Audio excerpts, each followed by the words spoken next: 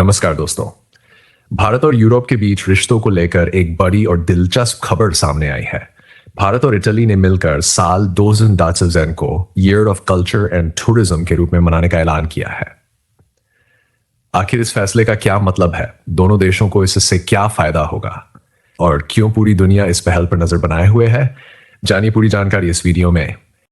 भारत और इटली के रिश्तों को एक नई पहचान देते हुए दोनों देशों ने साल 2027 को year of culture and tourism के रूप में मनाने की घोषणा की है।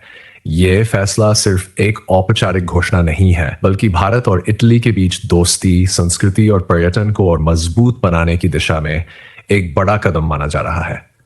इस अहम घोषणा की जानकारी तब सामने आई जब भारत के प्रधानमंत्री नरेंद्र मोदी और इटली की प्रधानमंत्री जॉर्जिया मेलोनी की मुलाकात हुई। दोनों नेताओं ने आपसी सहयोग, सांस्कृतिक आदान प्रदान और पर्यटन को बढ़ावा देने पर विस्तार से चर्चा की। इस पहल का सबसे बड़ा उद्देश्य है कि भारत और इटली के लोग एक दूसरे की संस्कृति को और करीब से जान सकें। भारत अपनी प्राचीन सभ्यता, मंदिरों, त्योहारों और विविध परंपराओं के लिए दुनिया भर में जाना जाता है। वहीं इटली अपनी ऐतिहासिक विरासत, खूबसूरत वास्तुकला, कला, संगीत और शानदार खान पान के लिए प्रसिद्ध है। जब ये दो समृद्ध संस्कृतियां एक साथ आती हैं, तो इसका असर केवल सांस्कृतिक स्तर तक सीमित नहीं रहता, बल्कि पर्यटन, शिक्षा और लोगों के बीच जुड़ाव भी बढ़ता है। अब अगर इटली की बात करें तो उसकी राजधानी है रोम, जिसे दुनिया के सबसे ऐतिहासिक शहरों में गिना जाता है। इटली की प्रधानमंत्री हैं जॉर्जिया मेलोनी, जबकि वहां के राष्ट्रपति है सर्जियो मटरेला। इटली हमेशा से कला और इतिहास का केंद्र रहा है।